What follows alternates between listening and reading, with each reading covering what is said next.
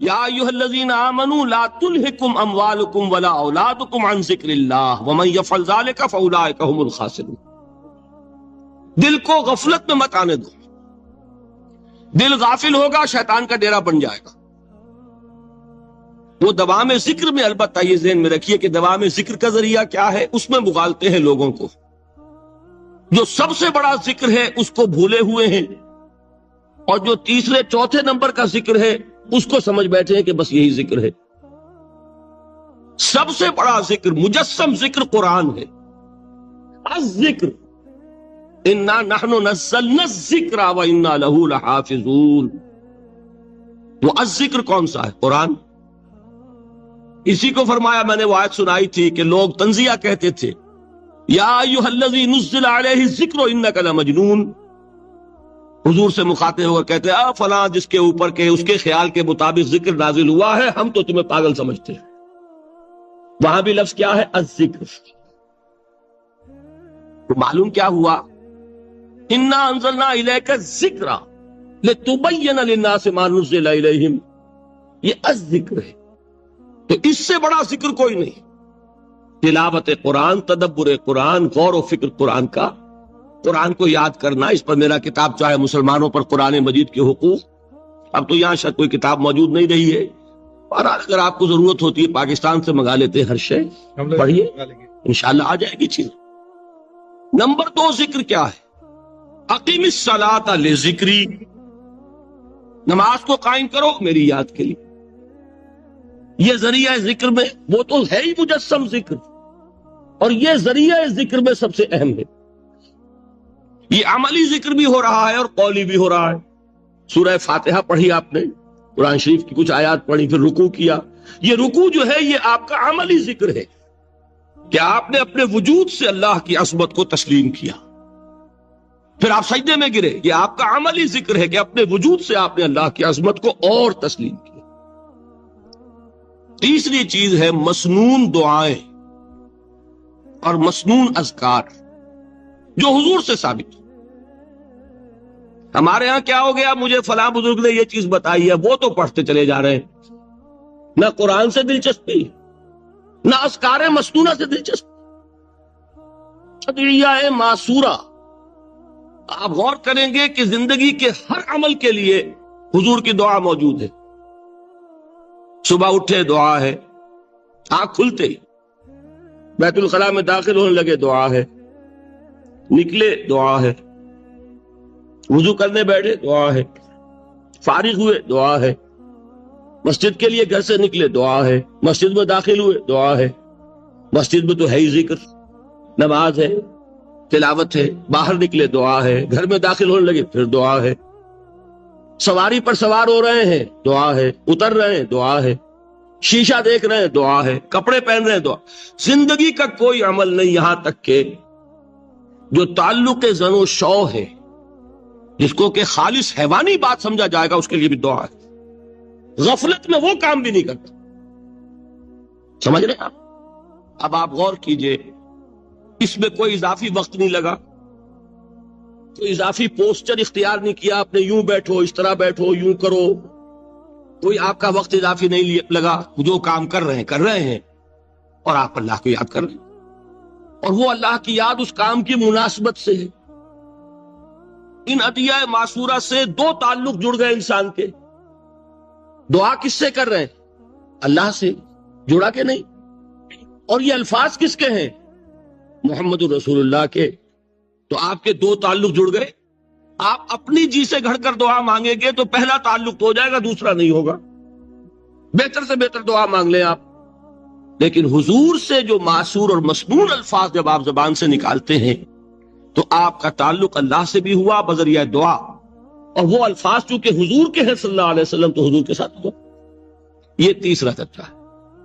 چوتھے درجے میں میں مانتا ہوں کہ ایک ہوتی ہے خاص کسی شخص کے امراض کی تشخیص کرنے کے بعد تجویز،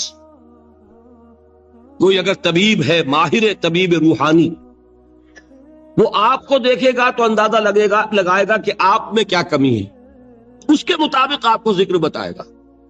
بھئی فلاں آیت کا مراقبہ کیا کرو. کسی میں بزدلی ہوتی ہے، کسی میں مال کی محبت زیادہ ہوتی ہے، کسی میں توکل کی کمی ہے، کسی میں شہرت کی خواہش ہے، نمایاں ہونے کا جذبہ ہے، کسی میں تکبر ہے. سب کا ایک سا برس تو نہیں ہوتا نا. تو یہ در حقیقت اندھے کی لاٹھی سے نہیں چلنے والی بات. یہ تو ماہر کی کا کام ہے کہ وہ تجویز کرے کہ تمہارے لیے خاص طور پر ذکر یہ. در حقیقت ہمارے جو یہ سلسلے تھے سلوک کے، بڑے ماہر ہوتے تھے یہ لوگ، بڑے ماہر اطباء تھے. یہ جو علم نفسیات ہے اس کے ہمارے صوفیاء سے بڑھ کر کبھی کوئی عالم گزرا ہی نہیں دنیا میں. فرائیڈ کیا ہے اور ایڈلر کیا ہے اور یونگ کیا ہے، بچے ہیں. ہمارے صوفیاء کرام نے جس طرح انسان کی نفسیات کو سمجھا اور وہ ان کی مناسبت سے تجویز کرتے تھے. لیکن اس کو رکھا جائے گا چوتھے نمبر. جیسے مولانا احمد علی صاحب فرمایا کرتے تھے بھائی اس آیت کا مراقبہ کیا کرو. مراقبے کیا مانی؟ اب ان الفاظ کو بھی ہم نے خام خواہ کچھ خاص ایک شکل دے دی. مراقبہ کیا؟ توجہ کرنا، دھیان کرنا، خاص اس آیت کے اوپر، اس کے معانی پر اپنے ذہن کو جمانا. وہ کیوں ہے؟ تاکہ آپ کے اندر جو کمی ہے اس کی تلافی اس سے ہو. لیکن یہ کہاں آئے گا؟ چوتھے نمبر. سمجھ گئے؟ تو نفاق سے بچنے کا ذریعہ، پریونشن کیا ہے نفاق سے؟ دوام ذکر. نہ تمہیں تمہاری اولاد، نہ تمہارے اموال، نہ تمہاری تجارت، نہ کاروبار اللہ کے ذکر سے غافل نہ کر سکے. پنجابی میں کہتے ہیں کہ ہتھ کارول اور دل یار. کام کر رہے ہیں آپ لیکن یہ کہ دل اللہ کے ساتھ لگا ہوا ہے. زبان تر ہے اللہ کی یاد سے. جو قرآن یاد ہے، گاڑی میں آپ بیٹھے جا رہے ہیں، 2 گھنٹے آپ کو کار میں لگانے ہیں، قرآن شریف پڑھتے جائیے. اس سے بڑا ذکر ہی کوئی نہیں. یہ ہے پریونشن. اب اگر مرض ہو جائے تو کیا؟ اس کے لیے 2 چیزیں ضروری ہیں. ایک دیکھیے عجیب ہے، یہ نفاق کا علاج انفاق سے. صرف ایک الف لگا نا. انفاق کے معنی اور ہے. یہ بنا ہے کس سے؟ نفقت الدراہم، پیسے ختم ہو گئے، مک گئے. یا نفق الفرس، گھوڑا مر گیا. تو مال کو کھپانا، لگانا اللہ کی راہ میں. اگر دل میں نفاق کی کوئی آلائش آئی ہے تو اس کا ازالہ ہوگا انفاق فی سبیل اللہ سے. مال اللہ کی راہ میں دیجئے، صدقہ کیجئے، خیرات کیجئے، دیجئے، اللہ کے دین میں لگائیے. جتنا لگائیں گے نفاق دھل جائے. اس لیے کہ اصل سبب نفاق کا ہے ہی حب دنیا، دنیا کی محبت. لہذا اس کا ازالہ ہوگا جو سب سے محبوب شے ہے، مال. انہ لحب الخیر لشدید. مال محبوب ترین ہے کہ نہیں؟ لہذا اس کو اللہ کی راہ میں لگائیں گے تو وہ نفاق دھل جائے گا. اور ایک اور چیز ہے جو بہت اہم ہے، بہت ہی شعوری طور پر اس کا اہتمام کیجئے. جس وقت دین کے کسی فرض کی انسان کو سمجھ آ جائے، اس کا شعور پیدا ہو جائے، پھر ڈیلے نہ ہو. ذرا سا ڈیلے جو ہے اس پر عمل کرنے میں، یہ در حقیقت نفاق کو جڑ پکڑنے کا موقع دینا ہے. Immediate action. ایک بات سمجھ میں آ گئی، فوراً عمل کرو. اس میں شیطان کیا کرتا ہے؟ ذرا ٹھہر جاؤ، ابھی دیکھو یہ فرض ہے، یہ ذمہ داریاں ہیں، یہ کرنا ہے، اور پھر لگا دینا اپنے آپ کو.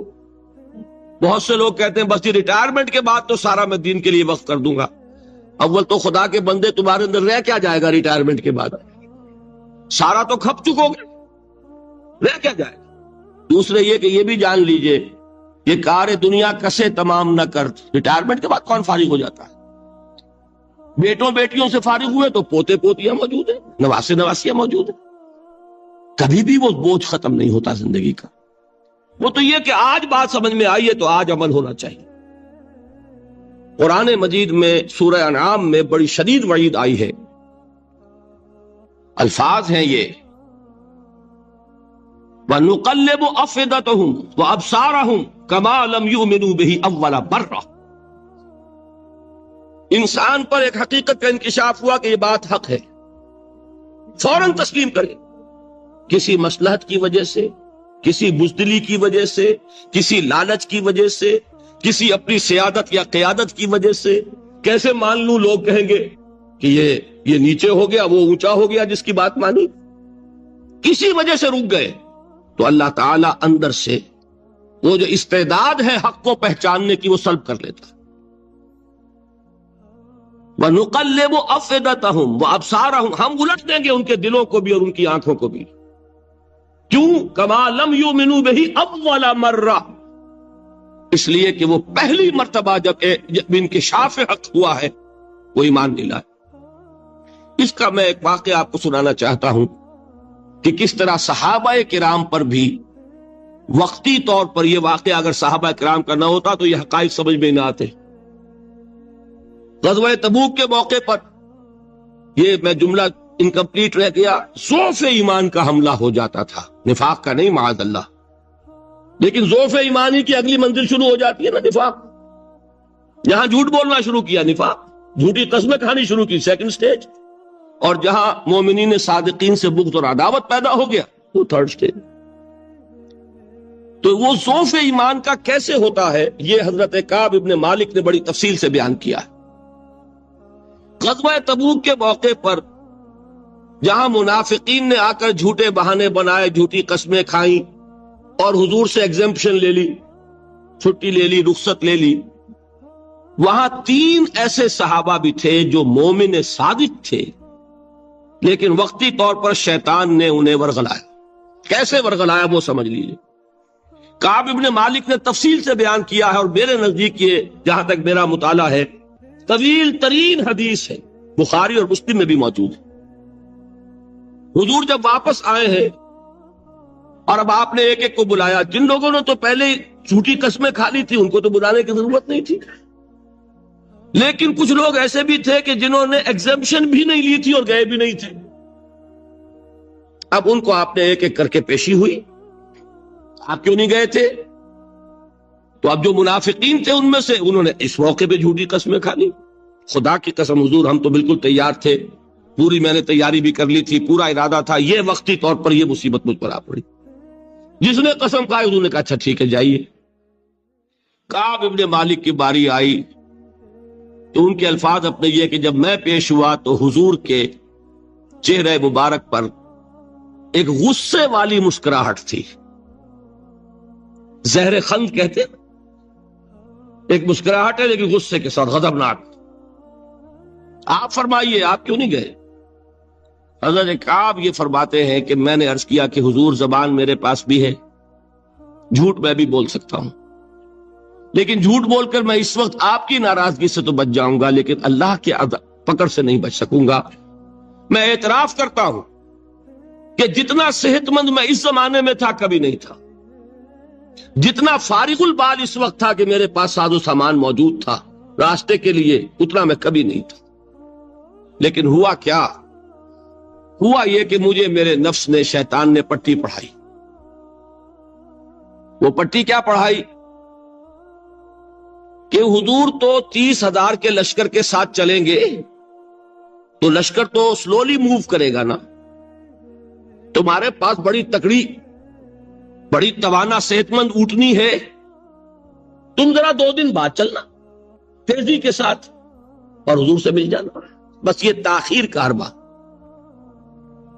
تو انہیں خیال آیا کہ ابھی 2 دن گھر کی ٹھنڈی چھاؤں ہے، میں یہاں پہ جو آرام ہے وہ کر لوں. مجھے جگر کا شعر یاد آیا ہے کہ تپتی راہیں مجھ کو پکاریں، دامن پکڑے چھاؤں گھنیری. ایک طرف فرض کی پکار ہے، اس میں تو ظاہر بات ہے کہ وہ تپتی راہیں ہیں. لا تنفروا فی الحر سنا چکا ہوں آیت. یہاں گھر میں، نخلستان میں، کھجوروں کی چھاؤں میں، اہل و عیال میں یہ ٹھنڈی چھاؤں جو ہے یہ پکڑ رہی ہے. بھائی 2 دن ٹھہر کے چلے جانا، ٹھیک ہے، کوئی نیت میں خرابی نہیں ہے نا. اس کے بعد پھر جب ابھی 2 دن اور ٹھہر جاؤ، یہ تو بڑا لمبا سفر ہے، ذرا تیز اور دوڑ لینا. تو فرماتے ہیں کہ حضور میں اسی طریقے سے تاخیر و تعویق میں پڑا رہا، یہاں تک کہ ایک روز اچانک مجھ پر یہ چیز منکشف ہوئی کہ تو میں چاہے کتنا بھی تیز چل لوں میں آپ سے نہیں مل سکتا، میرے اعصاب ڈھیلے ہو گئے، اس طرح میں محروم رہا۔ حضور نے بائیکاٹ کا حکم دیا صحابہ کو، 3 صحابہ تھے ایسے، 2 اور تھے جنہوں نے اسی طریقے سے اعتراف کیا۔ حضور نے حکم دے دیا کوئی ان سے گفتگو نہ کرے، سوشل بائیکاٹ۔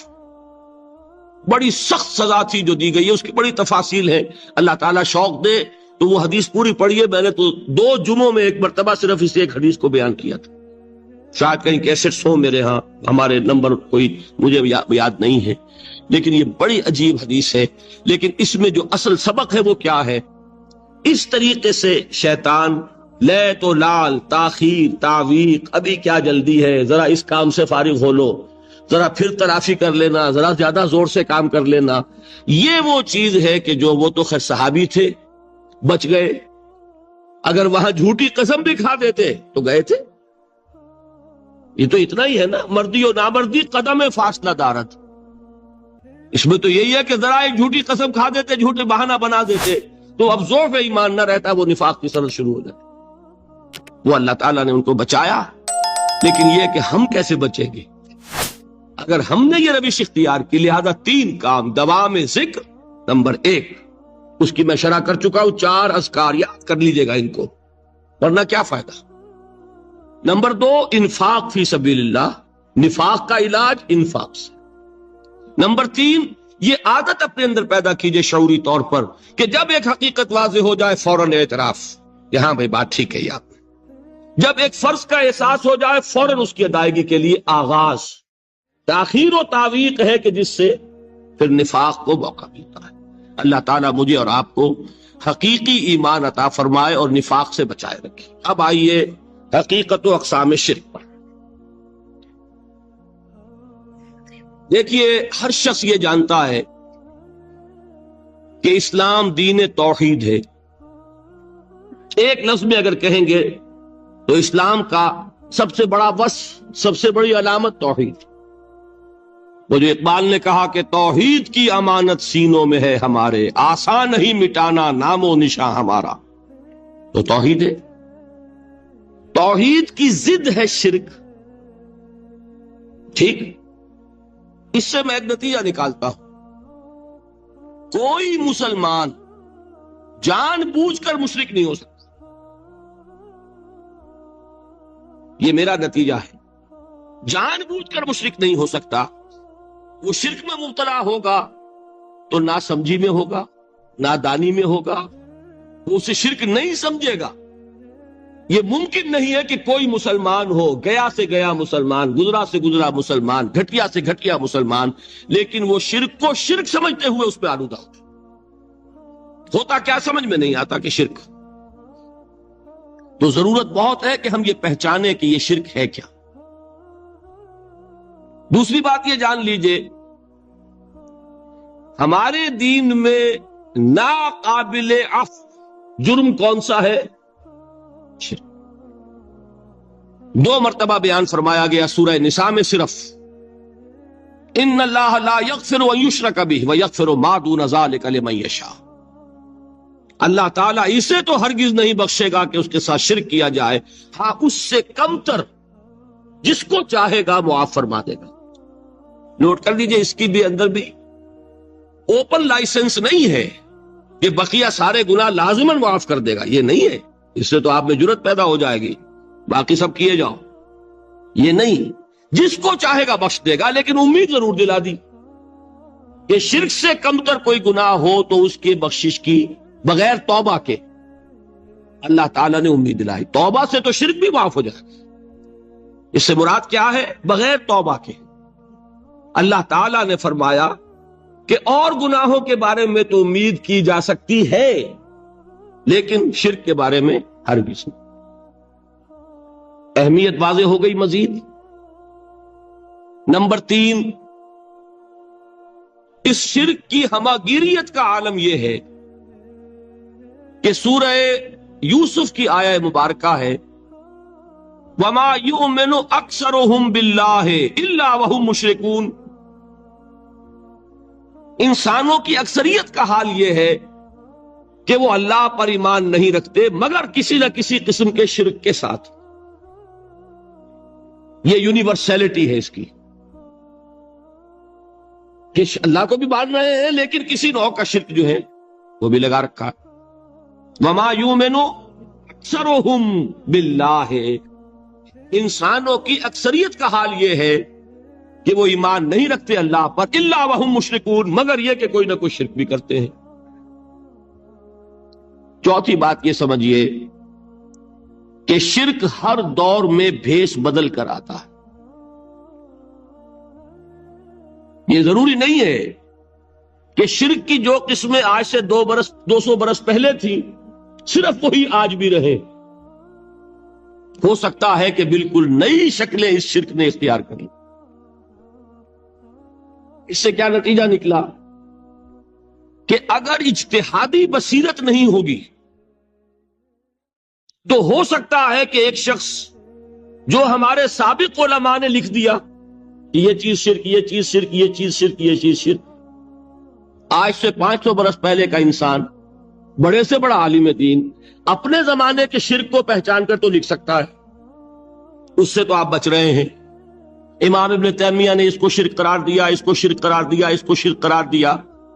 کوئی شخص ہے جو اس سے تو بچ گیا. امام صاحب کی دی ہوئی بصیرت سے اس نے ان جو اقسام ہے شرک کی ان کو پہچان لیا، لیکن یہ عین ممکن ہے کہ آج کے شرک کو وہ نہ پہچان رہا ہو. اپنی جگہ وہ سمجھ رہا ہو اپنے آپ کو بہت بڑا موحد، جبکہ اس دور کا جو شرک ہے اس میں ملوث ہو. اس کو میں نے کہا ہے کہ اس شرک کے بارے میں بڑی اجتہادی بصیرت کی ضرورت ہے. فارسی کا ایک شعر ہے، بڑا پیارا شعر ہے، بہر رنگے کے خواہی جامہ می پوش، من انداز قدت رامی شناسم. اپنے محبوب سے کہہ رہا ہے شاعر کہ تم جس طرح کا چاہو لبادہ اوڑھ لو، میں تمہیں تمہارے قد سے پہچان لوں گا. کتنا ہی چھپا لو اپنے آپ کو، کیسے ہی لباس بدل لو، بہر رنگے کے خواہی جامہ می پوش، من انداز قدت رامی شناسم، میں تمہارے قد سے تمہیں پہچان. یہ اگر بصیرت نہ ہو کہ شرک کو اس کے قد سے پہچان سکیں آپ، اس کے لیے ضرورت ہے اصولوں کی. دیکھیے جس طرح الجبرا کے اصول ہوتے ہیں، فارمولا ہے، فارمولا ہاتھ میں آ گیا، مسئلے حل کرتے چلے جا رہے ہیں، آپ اپلائی کرنے کی دیر ہے فارمولے کے. اگر آپ نے صرف گنتی کر کے کسی زمانے کے شرک وہ تو سمجھ لیے، لیکن وہ بصیرت باطنی حاصل نہیں ہوئی، اجتہادی بصیرت، وہ اصول ہاتھ میں نہیں آئے کہ جس سے آپ پہچان سکیں، تو ہو سکتا ہے کہ اس دور کے شرک کو آپ نہ پہچان سکیں. اس کے لیے ضرورت ہے کہ اصل اصول ہاتھ میں آ جائیں تاکہ ان اصولوں کو اپلائی کریں. ایک بات مجھ سے اور سن لیجئے، میرا اپنا یہ تاثر ہے، ہمارے دین میں خیر، بھلائی، نیکی، چاہے وہ نظریے کی ہو، علم کی ہو، عقیدے کی ہو، عمل کی ہو، اخلاق کی ہو، وہ سب کیا ہے؟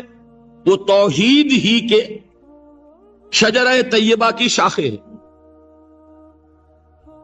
اور شر، برائی، گمراہی، خیالات کی ہو، نظریات کی ہو، علم کی ہو، عقیدے کی ہو، عمل کی ہو، اخلاق کی ہو، سب کے ڈانڈے شرک کے شجرہ خبیثہ سے ملتے ہیں.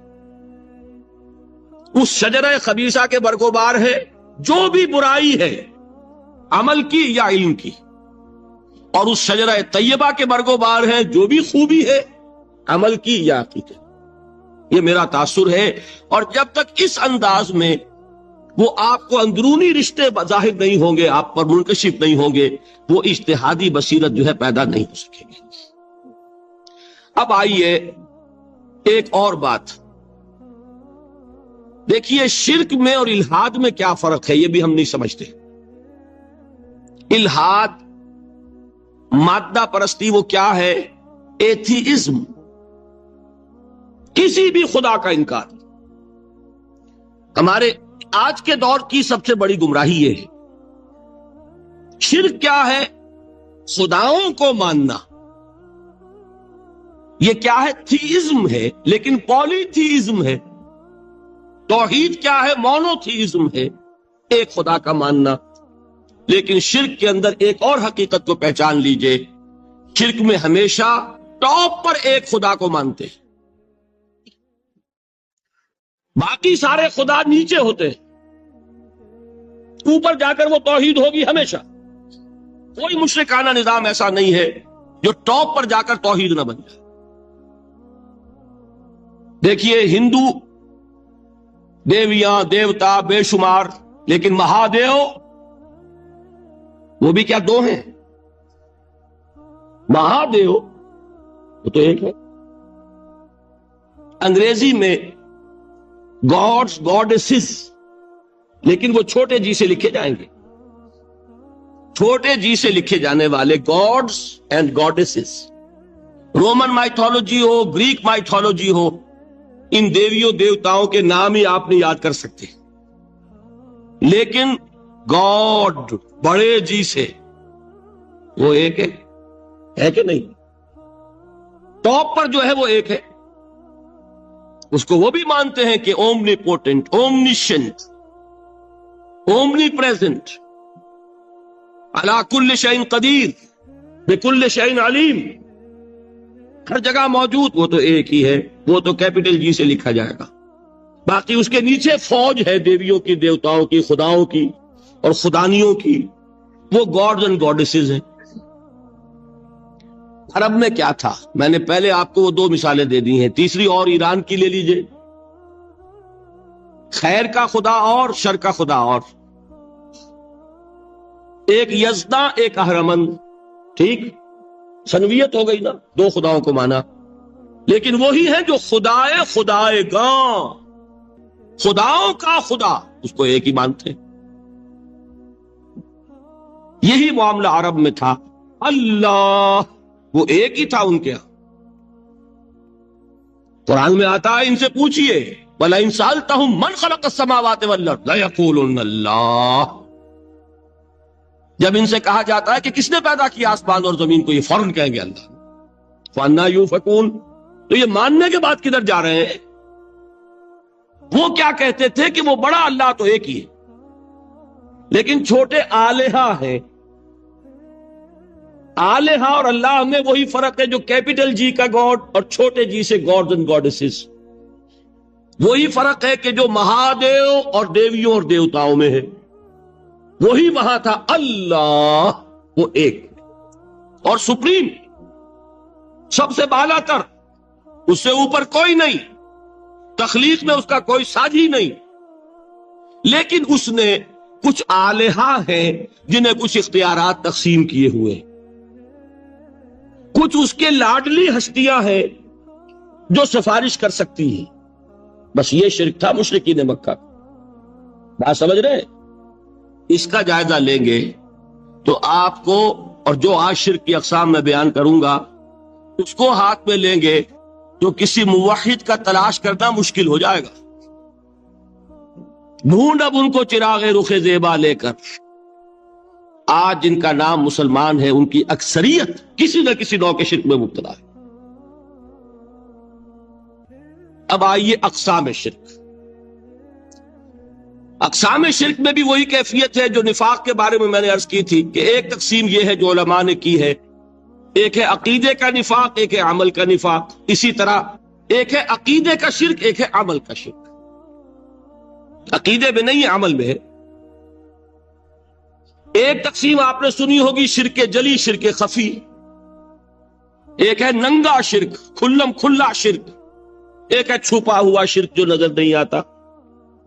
لیکن ایک مغالطہ اپنے دل سے نکال دیجئے، بعض لوگ شرک خفی کو شرک نہیں سمجھتے، یہ بہت بڑی غلطی ہے۔ اگر وہ شرک نہ ہوتا تو حضور اسے شرک نہ کہتے، کوئی اور لفظ، عربی زبان کا دامن جو ہے محدود نہیں ہے، پھر اس کے لیے کوئی اور لفظ اختیار فرمایا جاتا، وہ شرک۔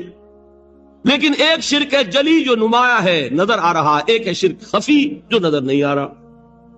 اور وہ کتنا خفی ہو سکتا ہے اس کی ایک مثال دی حضور نے۔ شرک خفی اتنا خفی ہو سکتا ہے ذرا مبالغہ دیکھیے جو حضور نے بات کو سمجھانے کے لیے مثال میں جو مبالغہ اختیار فرمایا. ایک سیاہ اندھیری رات میں ایک سیاہ پتھر پر ایک سیاہ چونٹی کو رینگتے ہوئے دیکھنا جتنا مشکل ہے اتنا ہی شرک خفی کا پہچاننا مشکل ہے.